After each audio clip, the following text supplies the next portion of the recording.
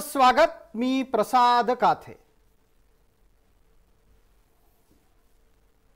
निवडणूक आयोगाच्या समोर पक्ष कोणाचा, चिन्ह कुणाचं याचा वाद सुरू असताना ताई गटानं, ज्याचं आत्ताचं सगळ्यात सर्वोच्च नेतृत्व हे शरद पवारांकडे आहे, त्यांनी एक गुगली टाकली आहे.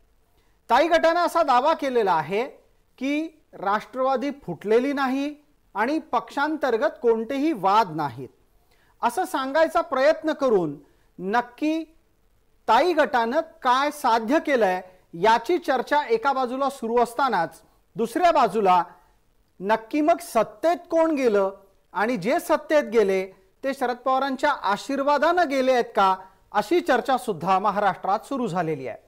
महाराष्ट्राच्या राजकारणापासून शरद पवारांना वेगळं करता येणार नाही आणि महाराष्ट्राच्या विद्यमान सरकारपासून अजित पवारांना वेगळं करता येणार नाही.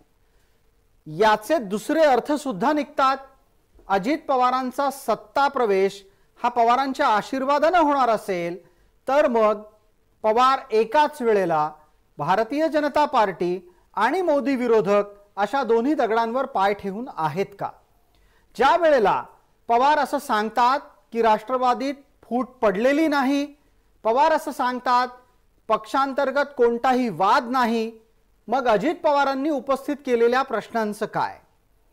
तांत्रिकदृष्ट्या आयोगाच्या समोर ज्या वेळेला हे सांगितलं जातं तेव्हा त्याचा परिणाम काय असतो आणि आयोग कोणत्या निकषांच्या आधारे चिन्ह आणि पक्षाची जबाबदारी निश्चित करतं हे सुद्धा महाराष्ट्राच्या जनतेला समजून घ्यायचं आहे.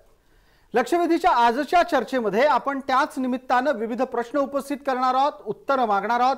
या चर्चेत आपल्या सोबत कोण मान्यवर आहेत त्यांचा मी आपल्याला पटकन परिचय करून देतो. आपल्या सोबत कायदे तज्ञ या नात्यानं डॉक्टर ॲडव्होकेट चिन्मय भोसले आहेत. चिन्मय भोसले हे कायद्याचे पदवीधर आहेत. त्यांच्याकडे कायद्यातली PhD ची पदवी सुद्धा आहे आणि त्यांचा कायदे विषयक दैनंदिन कामकाजातला सहभागही महत्त्वाचा आहे. आपल्या सोबत अजित पवार यांच्याकडून दावेदारी करण्यात आलेल्या राष्ट्रवादीच्या प्रतिनिधी प्रवक्ता या नात्यानं रुपालीताई ठोंबरे पाटील आहेत. त्यांचं आपण चर्चेमध्ये स्वागत करूयात. विशेष मुद्दा असा की रुपालीताई ठोंबरे पाटील सुद्धा कायद्याच्या तज्ञ आहेत, त्या सुद्धा ॲडव्होकेट आहेत. त्यांच्याकडून आपल्याला समजेल की नक्की ही कायद्याची लढाई कोणत्या मार्गाने जाणार. राजकीय तर त्या बोलतीलच. आपल्या सोबत दुसऱ्या बाजूला राष्ट्रवादीवर दावा करणाऱ्या ताई गटाच्या अर्थात ज्यांचे सर्वोच्च नेता शरद पवार आजही आहेत त्या गटाच्याकडून प्रतिनिधी प्रवक्ता या नात्यानं विकास लवांडे चर्चेत सहभागी होत आहेत. माझा आत्ताच्या घडीचा पहिला आणि तांत्रिक मुद्दा मला पटकन उपस्थित करायचा आहे तो डॉक्टर ॲडव्होकेट चिन्मय भोसले यांच्यासाठी आहे. चिन्मय भोसले, कागदपत्रावर असं सांगितलं जाते की पक्ष फुटलाच नाहीये आणि राष्ट्रवादीत कोणताही वाद नाही. हे भावनिक वाक्य आहे का याला काही कायदेशीर आधार असायला हवा?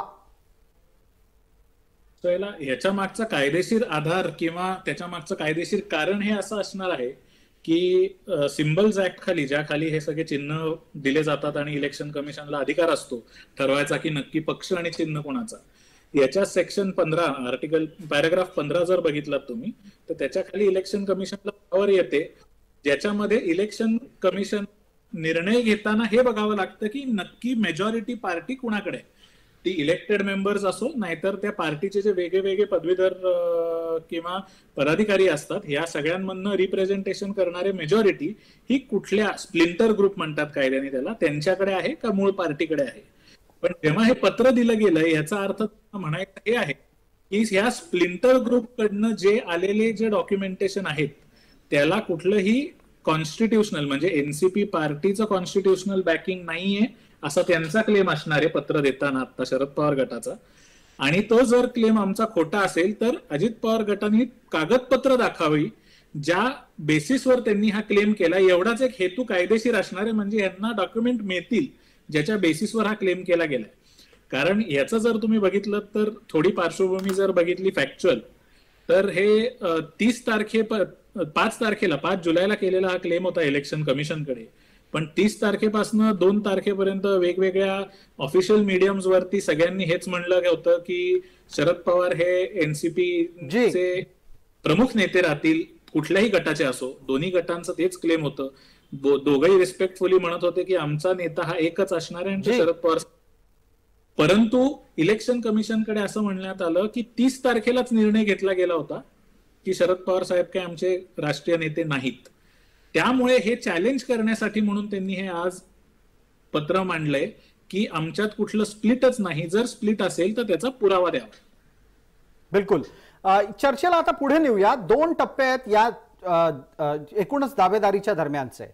पहिला टप्पा असा आहे की मग नक्की आत्ताच्या घडीला पक्ष चिन्ह याची दावेदारी आहे की नाही, याच्यावर मला वाटतं पहिल्यांदा रुपाली ठोंबरे आपल्याला मला प्रश्न विचारायचा आहे. रुपाली ठोंबरे यांच्याकडून याचं उत्तर मला मिळणं अपेक्षित आहे.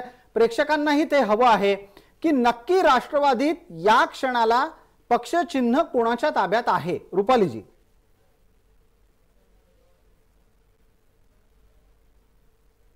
जी, रुपाली ठोंबरे यांच्यापर्यंत तांत्रिकदृष्ट्या पोहोचायला काही अडचण निर्माण झाली होती असं समजतंय.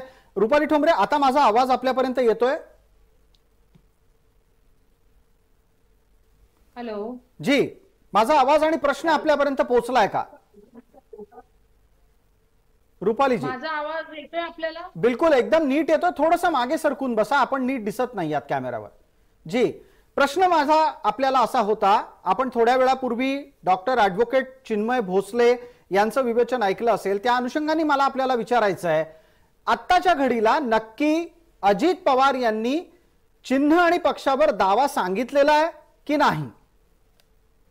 मुळामध्ये एक लक्षात घ्या, जेव्हापासून अजितदादांनी उपमुख्यमंत्री म्हणून शपथ घेतली, शिंदे आणि फडणवीस सरकारला पाठिंबा दिला, राष्ट्रवादी काँग्रेस पक्षाची जी अंतर्गत मतांतराची जी लढाई आहे, शेवटी या कायदेशीर प्रक्रिया प्रत्येक जण, मग मोठे साहेब असू द्या किंवा दादा असू द्या, हे अत्यंत अभ्यास करून आणि त्यांना जेवढा अनुभव आहे राजकारणातले तशा पद्धतीची ती पावलं टाकणार आहेत. आता तुमच्याकडनं समजतं की त्यांनी पत्र दिलेलं आहे की आमच्यात कोणते गट नाहीयेत किंवा काय व्हॉटेवर जे तुम्ही आता सांगितलं जे पत्र दिलेले त्याच्यावर कायदेशीर पद्धतीने कोर्टासमोर आपली जी भूमिका मांडायची आहे प्रत्येकाने, ती थोडी कायदेविषयी टीव्हीवर एवढ्या खुल्यापणे नाही बोलता येणार. परंतु माननीय अजितदादांनी सांगितलं आहे पक्ष फुटलेला नाहीये, मतामतांतर नक्कीच आमच्यामध्ये आहे, परंतु मतामतांतर असताना ज्यांचे मतामतांतर आहे त्या गोष्टीची चर्चा माननीय दादा असतील, माननीय मोठे साहेब असतील ते करतीलच. परंतु जोपर्यंत हा प्रश्न म्हणजे आम्हाला न्याय पाहिजे म्हणून जे कोर्टात जात नाही तोपर्यंत राष्ट्रवादीचे 2 तुकडे झालेले आहेत किंवा राष्ट्रवादी मध्ये दादा किंवा मोठे साहेब ग्रुप झालेला आहे असं म्हणणंही योग्य ठरणार नाही. रुपाली पाटील, आपण असं सांगता आहात, तुम्ही स्वतःही ॲडव्होकेट आहात, त्यामुळे तुम्ही जे काही सांगता आहात ते तुम्ही बऱ्यापैकी तपासून घेतलेलं आहे असं मला स्वतःला म्हणावं असं वाटतं. तुम्ही एका बाजूला असं सांगता की जे काही अंतर्गत मतांतर आहेत, हे वाक्य तुम्ही मांडलं, त्याच्यामुळे पक्षांतर्गत वाद आहेत हे तुम्ही स्पष्ट केलेलं आहे. याच्यावर तोडगा मोदी आणि पवार काढतील असं म्हणालात, नक्की याचा अर्थ काय काढायचा? नाही, मी मोदी आणि पवार काढतील नाही म्हणले, मी मोठे साहेब आणि अजितदादा काढतील म्हणाले. कारण का राष्ट्रवादी काँग्रेस पार्टीचा अंतर्गत विषय आहे आणि राहिला विषय कायद्यामध्ये सगळेच वकील इथं आलेले आहेत, मी प्रॅक्टिसिंग लॉयर आहे. कायद्याची भूमिका स्पष्ट करणं किंवा त्याचं आर्ग्युमेंट खुल्या मनाने या टीव्हीवर असं सांगणं ते एखाद्या वकिलाला शोभनीय पण नाही आणि तो आमच्या प्रोफेशनलचा कंडक्ट होतो. परंतु राजकारणामध्ये मतामतांतर आहेत, वाद आहेत मी म्हणलं नाही, मतामतांतर. ठीक आहे, तुम्ही मतमतांतर हा शब्द वापरत आहात. या निमित्तानं राष्ट्रवादीतल्या शरद पवारांचं नेतृत्व मानणाऱ्या ताई गटाच्या कडून जितेंद्र आव्हाडांनी एक भूमिका मांडली, ती आपण चर्चेत एकदा ऐकू, त्याच्यानंतर आपण विकास लवांडेंना बोलतं करणार आहोत. जितेंद्र आव्हाड या सगळ्या मुद्द्यावर काय म्हणाले ते पाहणं गरजेचं आहे, कारण त्यांच्याकडून हा मुद्दा निवडणूक आयोगाकडे गेलेला आहे. इलेक्शन कमिशननी जे आम्हाला पत्र पाठवलंय त्या अनुषंगाने आम्ही उत्तर दिलेलं आहे आणि ते उत्तर देत असताना मी स्पष्टपणाने सांगितले की अशी काही फूट पडलेलीच नाही आणि हा पक्षच आमचा आहे, त्या पक्षावर दुसरं कोणी क्लेम पण करू शकत नाही. अशा पद्धतीने कायदेशीर उत्तर आम्ही दिलेले आहे. विकास लवांडेंपर्यंत आपण पोहोचतोय. विकास लवांडे, आपण चर्चेत एका थोड्याशा अंतरानं आलात, पण मला वाटतंय की आतापर्यंत जी चर्चा झाली त्याचे मुद्दे आपल्यापर्यंत लक्षात आले असतील, आपल्याला लक्षात आले असतील, ऐकूही आपल्यापर्यंत नीट येत असेल. माझा पुढचा प्रश्न आपल्याला असा आहे, तुमच्याकडून असं सांगितलं जातंय की पक्ष तुमच्याच ताब्यात आहे, तो तुमचाच आहे, तो इतर कोणाचा नाही. मग नक्की जे सत्तेत गेलेले आहेत ते कोण आहेत? मुळामध्ये राष्ट्रवादी काँग्रेस पक्षाचे संस्थापक अध्यक्ष हे माननीय शरद पवार साहेब आहेत. त्यांच्या नेतृत्वाखाली हा पक्ष 24 वर्ष झाली कार्यरत आहे, 25व्या वर्षात पदार्पण केलेलं आहे.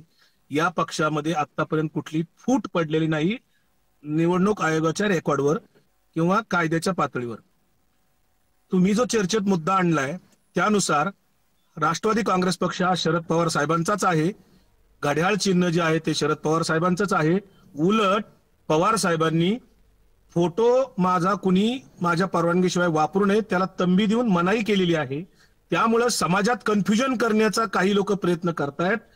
प्रसार माध्यमांच्या माध्यमातून असेल किंवा वेगळ्या पद्धतीने असेल, जनतेमध्ये आणि संभ्रम सगळा निर्माण करून काहीतरी आपल्याला पदरात पाडून घेता येईल का असाही काही लोकांचा डाव त्याच्यामध्ये आहे. आता तुम्ही म्हणाल की फुटून गेलेले लोक कोण आहेत, तर राष्ट्रवादी काँग्रेस पक्षाचे संसदीय पक्षाचे गटनेते म्हणून सुप्रियाताई सुळे तिथे संसदेमध्ये आहेत आणि महाराष्ट्रामध्ये विधिमंडळ पक्षनेते गटनेते म्हणून माननीय जयंत पाटील साहेब आहेत.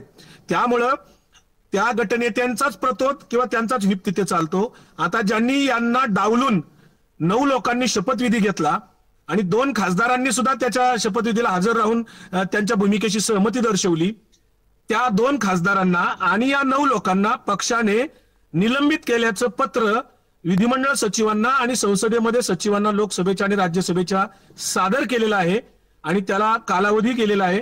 अजूनपर्यंत त्या संदर्भातली संसदेमधली सभापतींनी जी काय सुनावणी घ्यायला पाहिजे ती घेतलेली नाही किंवा विधिमंडळामध्ये सुद्धा सभापतींनी लोकसभेच्या आपल्या विधानसभेच्या आणि विधान परिषदेच्या त्यांनी सुनावणी घ्यायला पाहिजे ती घेतलेली नाही. परंतु तशा पद्धतीची कारवाई केल्याचं पत्र ऑफिशियली त्यांच्या कार्यालयात 5 तारखेलाच गेलेलं आहे.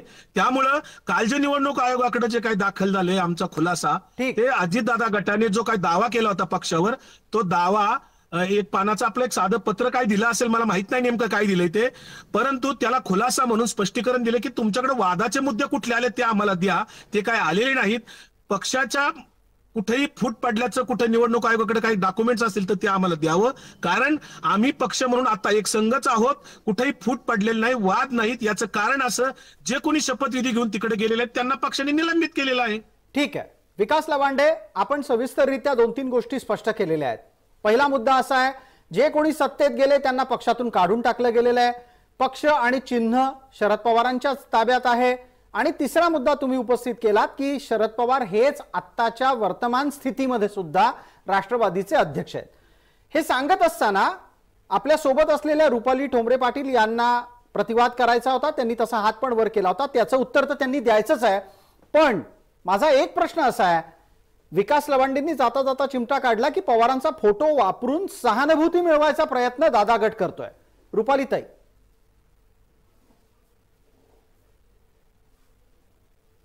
रुपालीताई आपला आवाज बंद आहे, आपला माईक सुरू करावा. विकास लवंडे भाऊंनी जे सांगितलं की 24 वर्ष हा माननीय शरद पवार साहेब यांच्याच नेतृत्वाखाली अध्यक्षताखाली हा पक्ष चालू आहे, त्याच्यामध्ये दुमत असण्याचं कारण नाही. राहिलं की गेलेल्यांना निलंबित केलं जे ते म्हणतायत, कुठल्या ऑफिशियल गोष्टी तुम्ही निलंबित केल्या त्या सांगाव्या. तुम्ही जे निवडणूक आयोगाला विचारताय की बाबा वादाचे विषय काय आहेत, तर तो तुम्ही पत्र काय दिलंय, काय तुमची प्रोसेस चालली, त्याच्यामध्ये आम्हाला कायदेशीर प्रक्रिया किंवा तुम्ही काय प्रोसेस करताय याच्यात विचारण्याची अजिबात आम्हाला आवश्यकता नाही. माननीय अजितदादा याच राष्ट्रवादी काँग्रेस पार्टीचे त्या जसं 24 वर्ष मोठे साहेब होते, त्याच्यानंतर किती वर्ष दादा होते हे स्वतः विकास लवांडे सांगतील. त्याच्यानंतर सुप्रियाताई खासदारकीच्या विधिमंडळाच्या नेत्या आहेत, तर राज्याच्या विधिमंडळाचे नेते कोण आहेत, कोणी कुणाला किती निलंबित केलं, त्या बाबतीत पत्र जरी निघाली असतील तरी कारवाई ठोस कुणाचीही कशीही झालेली नाही.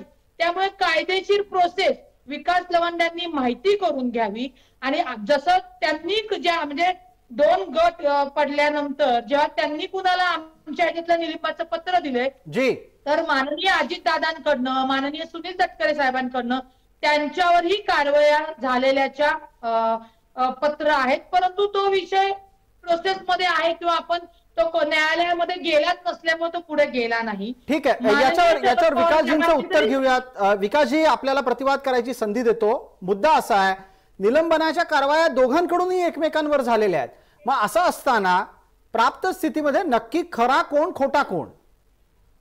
मुळामध्ये जर सांगायचंय की त्यांनी सांगितलं, मोठे साहेबांनी सांगितलंय की माझा फोटो वापरू नका. मी पुन्हा सांगते, माननीय दादा आणि माननीय मोठ्या साहेबांमध्ये मतांतरचाच विषय आहे.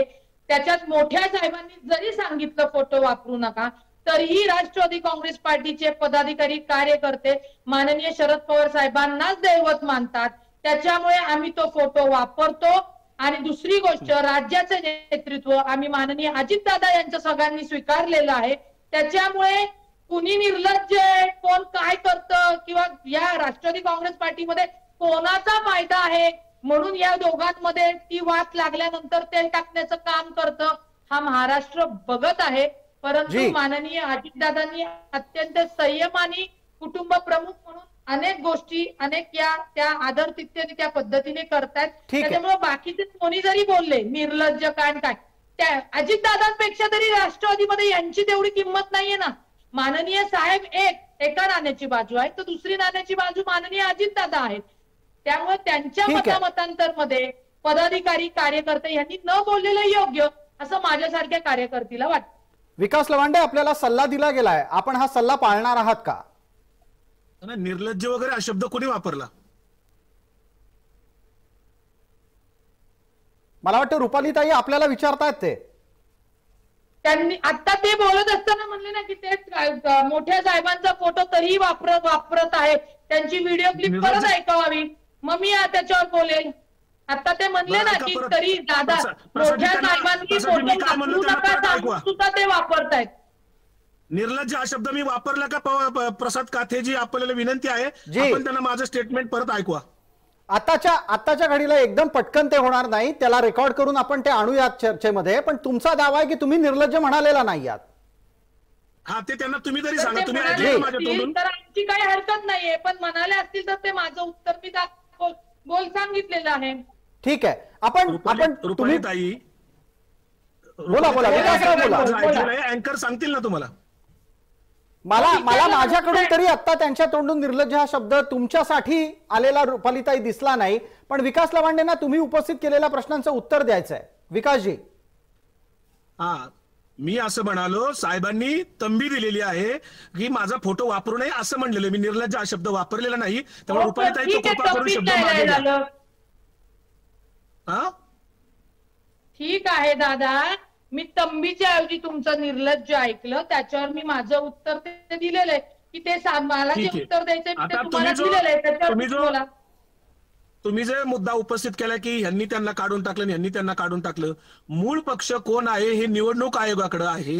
निवडणूक आयोगाकडे पवार साहेबच अध्यक्ष आहेत आणि पवार साहेब अध्यक्ष ज्या पक्षाचे आहेत त्या पक्षाचे विधिमंडळ पक्ष नेते जयंत पाटील आहेत, प्रदेशाध्यक्ष जयंत पाटील आहेत, ऑन रेकॉर्ड. आता कोणी बाहेर पडून स्वतःला पदामध्ये काय चेंजेस झालेले आहेत किंवा निवडणूक आयोगाकडे काय पत्र दिलेली आहेत, काय ठराव पास झालेले आहेत, त्याची तुम्ही माहिती घेतलेली आहे का? सगळं मला माहिती आहे. मी तुम्ही जे मांडताय ते मुद्दे कायदेशीर पद्धतीने काय आहेत ते मी तुम्हाला सांगितलं. तुमचं मत काही असू शकतं, त्याला मला काय म्हणायचं नाही, कारण का त्या तुमच्या म्हणण्याला तो कायदेशीर बेस आहे का नाही तेवढं मी सांगितलं. रुपालीजी, थोडक्यात आपल्याला असं सुचवायचंय की जे दावे विकास लवांडे करतायत त्याला कायदेशीर कोणतंही स्थान नाही. याच्यातला एक तपशिलाचा मुद्दा घेतो पटकन. विकासजी, आपल्यापर्यंत मी येतोच, पण तत्पूर्वी एकदा ऍडव्होकेट डॉक्टर चिन्मय भोसले यांनाही बोलतं करतो.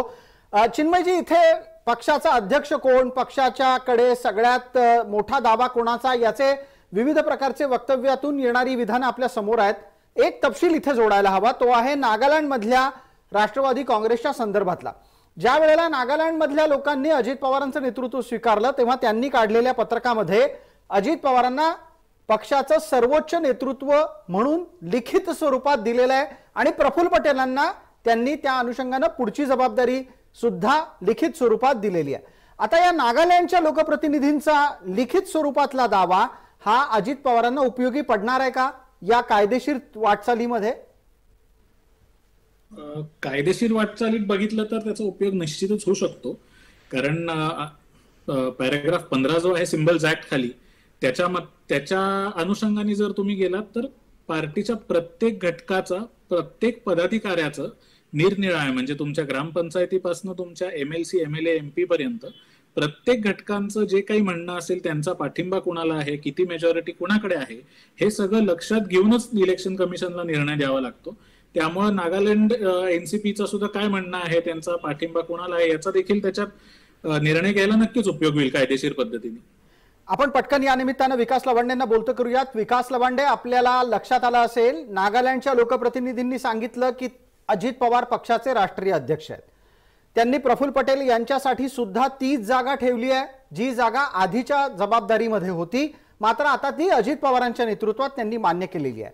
दुसऱ्या बाजूला महाराष्ट्रातल्या लोकप्रतिनिधींची संख्या सुद्धा वारंवार दावेदारीनं अजित पवारांच्याकडून किंवा दादा गटाकडून मोठ्या संख्येची दावेदारी आहे. म्हणजे ते सांगतात जवळपास 44 आमदार त्यांच्याकडे आहेत. मला आपल्याला असं विचारायचं आहे, नागालँडचे सगळ्याचे सगळे आमदार, महाराष्ट्रातले 44 आमदार, इतक्या मोठ्या संख्येने लोकप्रतिनिधी जर अजित पवारांकडे असतील तर शरद पवार अद्यापही पक्षाचं नेतृत्व कसं सांभाळतात? तुम्ही काय उत्तर द्याल आयोगाला? मुळामध्ये आयोगाला काल खुलासा जो काय द्यायचा तो दिलेला आहे.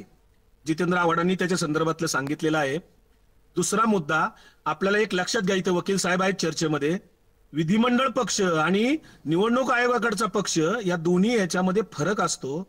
निवडणूक आयोगाकडे जो नोंदलेला पक्ष आहे त्याचं प्रॉडक्ट विधिमंडळ पक्षाचं पक्ष असतो. नाल तोडून कधी पक्ष नसतो इकडे असा वेगळा. त्यामुळं विधिमंडळामधला पक्ष आणि निवडणूक आयोगाकडे नोंदलेला पक्ष याच्यातला फरक लक्षात घ्या. निवडणूक आयोगाकडे नोंदलेल्या पक्षाशिवाय तिथून ते प्रॉडक्ट आल्याशिवाय विधिमंडळातला पक्ष तयार होत नाही कधी. नंबर 1. नंबर 2, जे काही केसेस त्याच्या संदर्भातलं व्हायच्या ते निवडणूक आयोग त्याच्या संदर्भातला निर्णय देईल. त्याच्या संदर्भातल्या कायदेशीर लढाया व्हायच्या तेव्हा होतील, त्या केव्हा व्हायचे ते होतील. परंतु विधिमंडळामधले जे काही शपथविधी घेतलेले 9 लोक आहेत आमदार आणि 2 खासदार यांना पक्षाने निलंबित केल्याचं, त्यांना अपात्र डिस्क्वालिफाय करावं म्हणून विधिमंडळ सचिवाकडे आणि संसदेतल्या सचिवाकडे पत्र लेखी स्वरूपात दिलेलं आहे. रुपालीताईंनी ते पाहावं. तिसरा मुद्दा माझा, नीट ऐका शेवटचा, तिसरा मुद्दा माझा असा आहे की पवार साहेब कसा पक्ष चालवतायत हे जनतेला ओळखता येतं. जनता महाराष्ट्रातली खुळी नाहीये. 75% संघटना ही साहेबांसोबत आहेत. विधिमंडळ पक्ष नेता आणि प्रदेशाध्यक्ष हे जयंत पाटीलच आहेत. त्याच्यामुळे त्यांचा व्हीप तिथे चालतो. जर हिंमत असेल तर सभापतींनी विधिमंडळाच्या त्यांनी हिअरिंग घ्यावं त्याच्या संदर्भातलं, पण ते हिअरिंग घेणार नाही. कुठल्याही परिस्थितीत भाजपाला याच्यात वेळ काढूपणा करायचा आहे. शिवसेनेच्या बाबतीतलं जे झालं तिथं संस्थापक शिवसेनेचे बाळासाहेब ठाकरे हयात नव्हते, त्याचा गैरफायदा घेतला गेला एकनाथ शिंदे गटाकडनं. इथे राष्ट्रवादीचे संस्थापक अध्यक्ष पवार साहेब हयात आहेत आणि ते स्वतः काहीतरी सांगतायत. याला खूप महत्व आहे आणि जनतेमध्ये काय प्रतिसाद आहे 17 ऑगस्ट नंतर आपल्याला महाराष्ट्रात दिसेल. बीडला 17 ऑगस्टला पहिली सभा आहे, त्याच्यानंतर मराठवाड्यात वेगळ्या ठिकाणी होईल, पुण्यामध्ये होईल. महाराष्ट्रातल्या प्रत्येक जिल्ह्यामध्ये पवार साहेबांचा दौरा 15 ऑगस्ट नंतर सुरू होतोय. त्यावेळेस कळेल आपल्याला लोक कोणासोबत आहे. बिलकुल रुपालीताई आपल्याला उत्तर द्यायचं आहे. आपण या संपूर्ण मुद्द्यावर बोलालच, पण त्याच्या जोडीला हेही सांगा की ज्या वेळेला शरद पवार प्रचारासाठी किंवा त्यांची भूमिका लोकांपर्यंत मांडण्यासाठी उतरतील, हा मुद्दा तुमच्यासाठी चिंतेचा असेल का? मुळामध्ये विकास भाऊ 10 वेळा विसरतायत की आमचं दैवत सुद्धा माननीय शरद पवार साहेबच आहे. तुम्ही ते लगेच वाटून त्या 9 जणांना बाहेर काढून ते निलंबित केलंय, मग कोण वेळ काढूपणा करा. मुळामध्ये शिंदे आणि शिवसेना ही केसच वेगळी आहे. जे काही आपले एकनाथ शिंदे आहेत हे जेव्हा महाविकास आघाडीतनं जी आपली सत्ता होती त्या सत्तेतनं तिकडे गेलेली आहेत, त्यामुळे ती केस आणि ही केस तुम्ही कंपॅरिझन करू शकत नाही. आणि राहिला विषय कोर्टामध्ये काही बोलण्याचा करण्याचा, देवाला फेकून द्यायचं बाहेर आणि म्हणायचं ज्यावेळी कोर्टात येते तेव्हा आर्ग्युमेंट करू. तुम्ही पण वकिलीची डिग्री घेऊन तिथे या, म्हणजे त्या पद्धतीने होईल. आपण कार्यकर्ता आणि पदाधिकारी म्हणून ज्या पद्धतीने ओरडत असू तेच खरं होतं असा विषय नाही. वेळ काढूपणापेक्षा काही पत्र माननीय अजितदादांच्या ह्याच्यातनं गेली आहेत, काही पत्र समजा तुम्ही जे म्हणतात तुमच्याकडे जी लोक आहेत ज्यांना अधिकार दिलेत त्यांच्याकडे गेलेत, तर तो ठरवण्याचा अधिकार हा विधानसभेचे अध्यक्ष यांना आहे आणि ते कायद्यानेच त्या गोष्टी होणार आहेत. मुळामध्ये तुम्ही 10 वेळा ज्या या गोष्टींची आम्ही यांना निलंबित केलेलं आहे किंवा आम्हाला हे पण रुपालीजी त्याच्यात एक आक्षेप आणखीन होता त्यांचं म्हणणं आहे की विधानसभेच्या सभापतींचं वागणं सुद्धा पक्षपाताचं आहे, विधानसभेच्या अध्यक्षांचं वागणं पक्षपाताचं आहे. तुम्हाला असं वाटतं की या पक्षपाताच्या अंतर्गतच अजित पवारांनी भूमिका बदललेल्या आहेत? मला एक सांगा की निलंबन झाल्यानंतर आम्ही असू नाही तर ते असू, ह्यातले कोण 2 जण कोर्टाकडे गेलेत का न्याय मागायला? ते प्रलंबित पण नाही. विधानसभेच्या अध्यक्षाचा निर्णय घ्यावा लागतो आधी. विधिमंडळात चालत नाही. विधिमंडळातले कायदे विधिमंडळात चालतात. कोर्टाला विधिमंडळातल्या कामकाजात हस्तक्षेप करता येतो का रुपालीताई? विधिमंडळाचे कायदे विधिमंडळातच चालतात, पण त्यांना पण तो अधिकार आहे ना. तुम्ही अर्ज दिल्यानंतर कोर्ट विधिमंडळाच्या कामकाजात हस्तक्षेप करू शकतं का? कोर्टाला विधिमंडळ कामकाजात हस्तक्षेप करता येतो का ताई? अभ्यास करावा लागतो. कोर्टाला विधिमंडळ कामकाजात हस्तक्षेप करता येतो का ताई? तसं असतं तर एकनाथ शिंदेच्या संदर्भातला जो निर्णय आहे सुप्रीम कोर्टाने अध्यक्षांच्याकडे का सोपवला? अध्यक्षाचे अधिकार अध्यक्षालाच वापरावे लागतात. एकनाथ शिंदेचा शिवसेनेचा विषय कोर्टाकडनं तो डायरेक्ट परत विधिमंडळाकडे पाठवण्यात आलेला आहे. ती केस तुम्ही नीट बघा. एकनाथ शिंदे स्वतः कोर्टाकडे पळाले होते. म्हणजे विधिमंडळ म्हणजे विधानसभेच्या अध्यक्षांना तो अधिकार आहे. विधिमंडळाकडे दिलेला आहे. डिस्क्वालिफिकेशन करण्याचा अधिकार विधिमंडळ पक्षाचा अध्यक्षाचा अधिकार आहे. विधानसभेच्या अध्यक्षांचा त्यांचा अधिकार त्यांना बजावावा लागतो. तो जर याच्यात मला हस्तक्षेप करू द्या. आपल्याकडे डॉक्टर ऍडव्होकेट चिन्मय भोसले आहेत, या निमित्तानं त्यांचं मत घेऊयात. आता चिन्मय भोसले, इथे 2 मुद्दे येतात. पहिला असा, विधिमंडळातला पक्ष आणि पक्ष संघटना स्वतंत्ररित्या पाहायची आहे. ती पक्ष संघटना आणि विधिमंडळ यांच्या संदर्भातल्या निकालाचे अधिकार कोणाचे? पक्ष संघटनेच्या बाबतीतला अधिकार सर्वोच्च न्यायालयाकडे आणि विधिमंडळातला अधिकार विधिमंडळातल्या संबंधित अधिकारी व्यक्तीकडे, अशी विभागणी असेल की नाही? निश्चितच असेल. जे हे बघा का, हे सगळे जे मुद्दे आहेत ते जरा एकमेकांबरोबर सुसंगत आहेत. ते विसंगती पूर्णपणे त्याची पकडता येणार नाही, कारण ह्या सगळ्या पक्ष कोणाचा आणि चिन्ह कोणाचं आहे याच्यात इलेक्शन कमिशन पण इन्व्हॉल्ड असते, याच्यात सभापती पण इन्व्हॉल्ड असतात आणि काही प्रमाणात याच्यात कोर्टाकडे देखील धाव घेता येते. त्यामुळे फक्त इंडिव्हिज्युअली एका व्हर्टिकलकडे लक्ष देऊन तिथेच निर्णय घेतला जाईल का नाही कायदेशीर दृष्ट्या, हे बघणं चुकीचं होईल. हे जसं या दोघांनी आता मांडलं, ते राजकारणातले जाणकार आहेत त्यामुळे त्या दोघांनी बरोबर मुद्दे दोन्ही साईडचे मांडलेत की विधिमंडळ पासनं इलेक्शन कमिशन ते कोर्ट, या तिन्ही गोष्टींमध्ये हे वेगवेगळे मुद्दे मांडले जाऊ शकतात आणि त्यानंतरच त्याचं फायनल आउटकम निघेल. आता ते इंडिव्हिज्युअली बघण्यात काही पॉईंट नाहीये, कारण लेजिस्लेटिव्ह पार्टी कुठली हे ठरवायला अध्यक्षांकडे जावं आणि पॉलिटिकल पार्टी कुठली हे बघण्यासाठी इलेक्शन कमिशनकडे जावं लागतं आणि त्याचा अपिलात तुम्ही सुप्रीम कोर्टात. याला धरूनच पटकन आपल्या सोबत असलेल्या रुपाली पाटील आणि विकास लवांडे दोघांसाठीही प्रश्न असा आहे की एकनाथ शिंदे आणि उद्धव ठाकरे वादामध्ये आपण पाहिलं की तात्काळ सुप्रीम कोर्टात सुद्धा, सर्वोच्च न्यायालयात सुद्धा दाद मागितली गेली. आता अजित पवार शरद पवार प्रकरणामध्ये न्यायालयात कोणी जात नाहीये. जी लढाई आहे ती आयोगात आहे. आयोगाच्या निकालाच्या नंतर न्यायालयात जायचंय की न्यायालयात जायची आता तुम्हाला गरज वाटत नाही? रुपालीताई, आपण आधी उत्तर द्याल. तुम्ही विधिमंडळाचा विषय म्हणता तर 44 आमदारांनी जर पाठिंबा दिलेला आहे आणि विधानसभा अध्यक्षांकडे ते सगळे कागदपत्र आहेत, तर ते निलंबन कसं करू शकेल? यांनी जरी पत्र दिलं असेल तरी यांनी पत्र दिल्यानंतर ती बाब कायदेशीर आहे का नाही हे विधानसभेचे अध्यक्ष पडताळूनच तो न्याय मिळतो. त्याच्यामुळे हा विधिमंडळाचा विषय क्लिअर झाला.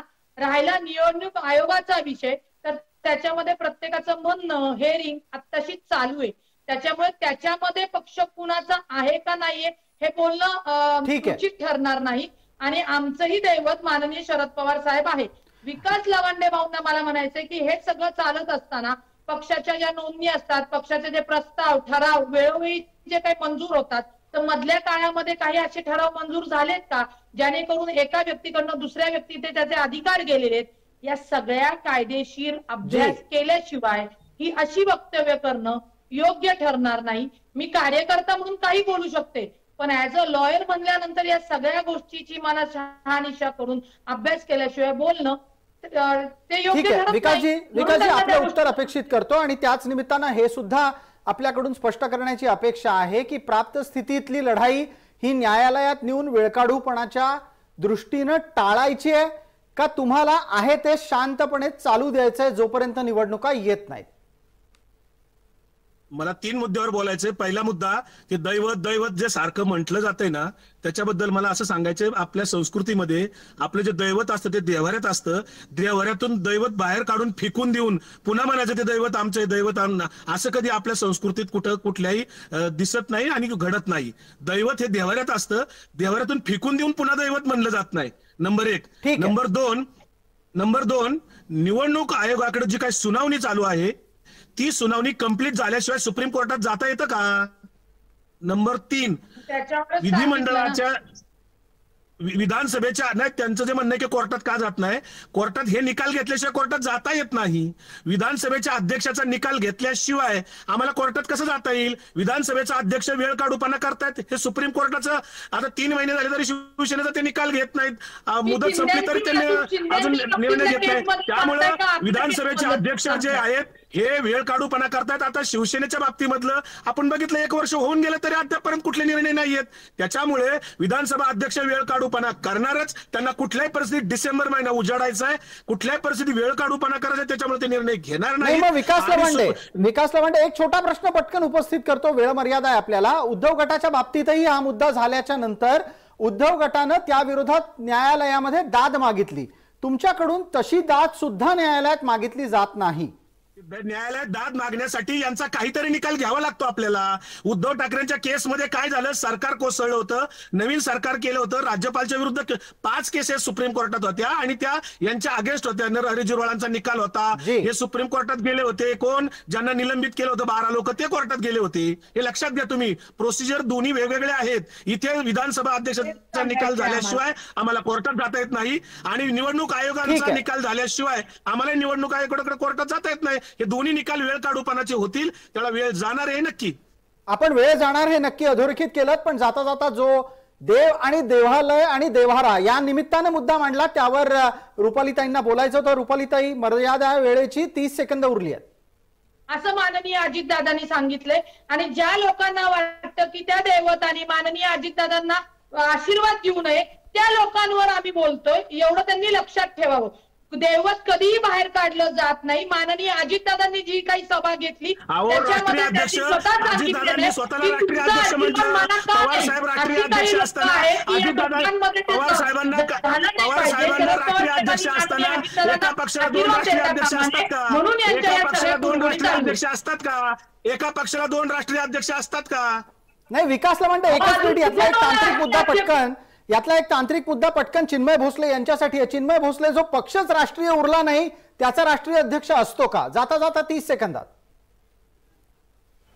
राष्ट्रीय अध्यक्ष झाले तर पवार साहेबांना राष्ट्रीय अध्यक्ष पदावरून काढून टाकलं. याच्यावर एक प्रश्न विचारलाय विकासजी. चिन्मय भोसले बोलतात, बोला चिन्मयजी. आपण बोलणार आहात, जो पक्षच राष्ट्रीय उरला नाही त्याचा अध्यक्ष राष्ट्रीय असू शकतो का? नॅशनल पार्टी इलेक्शन कमिशन त्यामुळे त्याला राष्ट्रीय अध्यक्ष हा राहणारच. राष्ट्रीय पार्टी 8 आहेत मुळात भारतात, त्यापैकी एक एनसीपी असल्यामुळे त्यांचा राष्ट्रीय अध्यक्ष आजही राहील.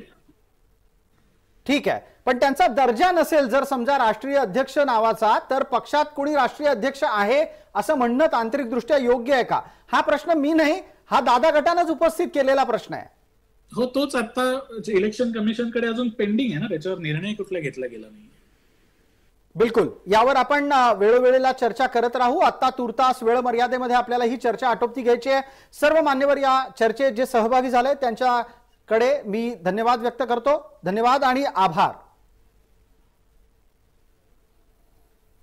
लक्षवेधीच्या या चर्चेत तुर्तास इतकंच. सर्व प्रेक्षकांना जय महाराष्ट्र.